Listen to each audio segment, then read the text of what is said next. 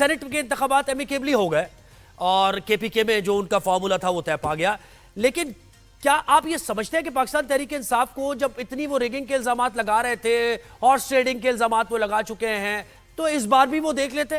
Horse trading ہونی تھی، ہو جاتی، یہ سیٹلمنٹ یہ اگریمنٹ تو نہ ہوتا، اور لوگ اس طرح تو پرسیو نہ کرتے ان کو. آپ کیا سمجھتے ہیں؟ دیکھیں، تحریک انصاف کے بار بار یو ٹرن اور ان کی قیادت کی جانب سے یو ٹرن لینے سے ظاہر ہے ان کی ساکھ کو بہت زیادہ نقصان پہنچا ہے، اور اس کی وجہ جو گراس روٹ لیول کا ان کا ورکر ہے وہ بددل ہو گیا ہے، بدظن ہو گیا ہے. خاص طور پہ خیبر پختونخوا کے علاوہ جتنے بھی صوبے ہیں ان کے اندر تحریک انصاف جو جس انداز میں مضبوط ہوا کرتی تھی، اب وہ شدت جو ہے اس کی کافی حد تک ختم ہو گئی، اور جو رہی صحیح تھی وہ بنیان مرصوص کی فتح کے بعد الحمدللہ میرے خیال ہے جو ان کا ایک نظریہ تھا اس کو کافی ضعف پہنچا. اب جو صورتحال ہے، آپ نے جو سینٹ کے الیکشن کی بات کی، دیکھیں پہلے بھی آپ کو یاد ہے کہ ایک صاحب جنہوں نے 84 کروڑ روپے کا ٹکٹ خریدا تھا، بلوچستان سے ان کا تعلق تھا اور پارٹی کے اندر بڑی مخالفت تھی، لیکن بانی چیئرمین نے ان کو جو ہے گلے لگایا، ظاہر ہے، لیکن وہ وقت تھا جب وہ ان کا عروج تھا. ابھی صورتحال اس کے برعکس ہے. اس کا مطلب یہ ہے کہ تحریک انصاف کمپرومائز کی پوزیشن کر رہی ہے، اور کمپرومائز کی وجہ سے ان کی پارٹی کے اندر دراڑیں واضح نظر آ رہی ہیں، گروپ بندیاں جو ہیں وہ سامنے آ گئی ہیں، اور وقت کے ساتھ ساتھ مزید ان میں اضافہ ہوگا. اب جو یہ احتجاج کی سیاست ہے بالخصوص پنجاب کے اندر اور مینار پاکستان میں، پہلی بات یہ ہے کہ موسم کی چوائس غلط ہے. 5 اگست کو سب سے پہلے دن کا مناسبت ٹھیک نہیں ہے، کیونکہ تحریک انصاف اگر اس کو یوم کشمیر کے طور پہ مناتی، کیونکہ انہی کے دور حکومت میں کشمیر جو ہے وہ علیحدہ ہو گیا تھا، اور ہم نے ان کو کشمیر کا سوداگر بھی کہا جاتا ہے، کیونکہ ظاہر ہے اس کے بعد ہم نے دیکھا کہ کشمیر پہ جو ان کی پالیسی تھی وہ 3 جمعوں کے حد تک رہی، اور 1 منٹ کی خاموشی اختیار ہوئی، اور اس کے بعد جو ہے کشمیر کو بالکل دفن کر دیا گیا. اب صورتحال یہ ہے کہ 5 ہی تاریخ کو کیوں، کہ کہیں ایسا تو نہیں کہ کشمیر کا جو قومی جرم ہے اس کے اوپر توجہ مبذول کرانے کے لیے وہ مینار پاکستان کا رخ کر رہے ہیں، جہاں میں نہیں سمجھتا کہ اگر ان کو کھلا ہینڈ بھی دیا گیا تو میرا نہیں خیال کہ پنجاب سے وہ تعداد لوگوں کی آ پائے گی. دوسری جانب خیبر پختونخوا سے جو قافلے آتے ہیں ان کو اسلام آباد داخل ہونے میں آسانی ہوتی ہے نسبتاً، لیکن پنجاب کے داخلے کے اندر بہت مشکلات پیش آ جائیں گی. بارش کا موسم ہے، مانسون چل رہا ہے، زمین گیلی ہے، آپ زمین گرم بھی ہے، زمین گرم بھی ہے، کے اندر بھی گیلی بھی ہے، گرم بھی ہے. اجازت نہیں دی گئی تھی. وہاں آپ کو یاد ہے لاہور کے قریب کر کے جگہ کے اوپر ان کو ایک مویشی منڈی تھی، وہاں ان کو اجازت دی. بالکل ایسے ہی ہے. تو نہیں خیال کہ یہ جلسہ کامیاب ہوگا، یا پھر اس کی اجازت بھی ان کو مل گئی، بڑی یہ قسمت کی نعیم بات صاحب ہوگی. بالکل جیسے عبداللہ گل صاحب کہہ رہے ہیں کہ بھئی مونسون ہے، زمین گیلی بھی ہے، تو زمین گرم بھی ہے، اس کے ساتھ ساتھ بڑا مشکل ہے. لیکن مجھے بتائیں کہ یہ آپ کو حکمت عملی ابھی تک سمجھ آئی ہے، یا وہی میتھڈ ہے، وہی میتھڈ ہے پرانا والا کہ بس کسی طرح مقتدرہ سے ہماری کوئی معاملات طے پا جائے، اتنا پریشر ہم ڈالیں کہ وہ کہیں اچھا آؤ بھئی ہم ذرا بیٹھتے ہیں تمہارے ساتھ، بیٹھ کے بات کرتے ہیں، کیا تحفظات ہیں، دور کرتے ہیں ہم تحفظات تمہارے.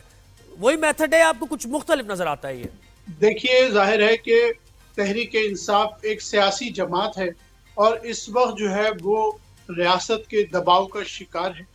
پھر جو موجودہ حکومت ہے وہ بھی ہر طرح کی زیادتی کرنے پر نظر آتی ہے. وہ جلسہ کتنا بڑا ہوگا اور بڑا ہوگا یا نہیں ہوگا یہ تو وقت بتائے گا.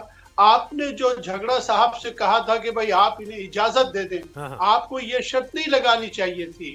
آپ کو یہ شرط نہیں لگانی چاہیے تھی، سوری میں کہہ رہا تھا کہ آپ کو یہ شرط نہیں لگانی تھی کہ جلسہ ہوگا یا نہیں ہوگا، کتنا بڑا ہوگا. آپ کو شرط یہ لگانی تھی کہ یہ اجازت دیں گے. میں نے یہی تو کہا تھا. ظاہر ہے کہ بہت طویل عرصے سے جو ہے وہ اجازت مانگ رہی ہے، لیکن انہیں جلسے کی اجازت کبھی دی نہیں جاتی، اور اگر دی جاتی ہے جیسے آپ نے کہا تو پھر اتنی رکاوٹیں کر دی جاتی ہیں کہ لوگوں کو آزادانہ جانے کا موقع ہی نہیں ملتا. آج تک یہ فیصلہ ہی نہیں ہوا کہ پی ٹی آئی کا جلسہ ناکام ہو گیا ہے یا حکومت انہیں روکنے میں کامیاب ہو گئی ہے.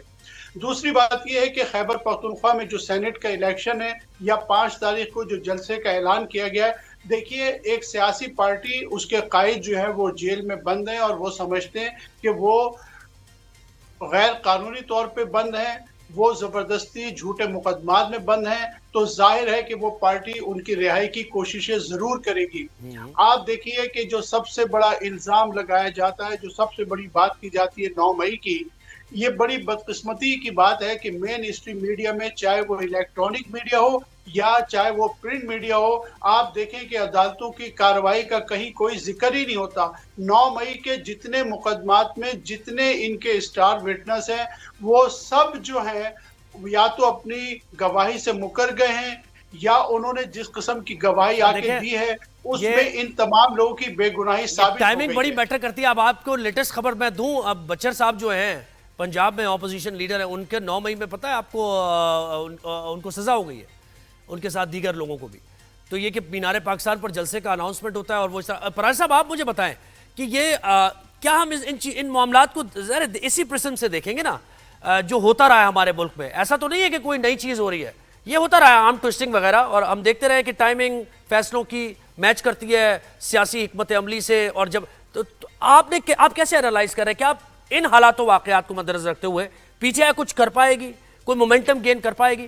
کل کے سینٹ کے الیکشن کے بعد آج جو ہیڈ لائن چل رہی تھی، صبح میں نے ایک ٹی وی چینل کی ہیڈ لائن دیکھی کہ خیبر پختونخوا اسمبلی میں حکومتی اور اپوزیشن اتحاد نے بازی مار لی۔ اگر پی ٹی آئی کو اپنی نشستیں اس اپوزیشن کے ساتھ مل کر یقینی جیتنا پڑی تو پھر آپ احتجاج کا اسی سے اندازہ لگان ہے۔ صحیح ہے۔ اگر نمبر گیم دیکھیں تو 92-93 پی ٹی آئی کے تھے اور 50 ان کے تھے، اور 19-20 پہ یعنی 19-20 ایم پی ایز ایک سینیٹر بناتے ہیں، تو اس حوالے سے جنرل نشستوں پہ بھی پی ٹی آئی کو زیادہ سیٹیں مطلب سات تو بنی جاتی نا ایزیلی۔ میں یہی آپ سے بات کر رہا ہوں کہ اگر آپ اندازہ کریں نا کہ یہ جو اپوزیشن اور حکومت کا اتحاد تھا کس کے خلاف تھا، یعنی سارا بیانیہ نل اینڈ وائڈ کر دیا اس اتحاد نے، جو 3 سالہ گزشتہ ایک اصولی موقف وہ سارا نل اینڈ وائڈ کر دیا۔ بہت زیادہ ڈیمیجنگ ہوا ہے، آپ یہ سمجھ رہے ہیں؟ نہیں، اگلی بات تو میں یہ کرنا چاہ رہا ہوں کہ یہ اتحاد تھا کس کے خلاف اور کس کے ساتھ تھا؟ پی ٹی آئی کے نہیں، کس کے ساتھ تھا، یہ انٹرسٹنگ ہے۔ نہیں، ساتھ تو ہو گیا نا کہ علی امین خان گنڈا پور اور گورنر خیبر پختونخوا، وزیر اعلیٰ اور گورنر اور انجینئر امیر مقام جو کہ صوبہ کے پی ایم ایل این کے صدر ہیں، یہ سب جب اکٹھے بیٹھ گئے تو سر یہ کیسے بیٹھ گئے سر؟ کیسے بیٹھ گئے؟ اتنا وہ کہہ رہے ہیں کہ میں تمہارے خلاف عدم اعتماد لاؤں گا، ایک دوسرے کی شکل دیکھنے کو تیار نہیں ہے، اور یہ ساتھ بیٹھ گئے، تو اتحاد تو ان کے ساتھ تو نہیں ہے نا، یہ اتحاد ان کے ساتھ نہیں ہے۔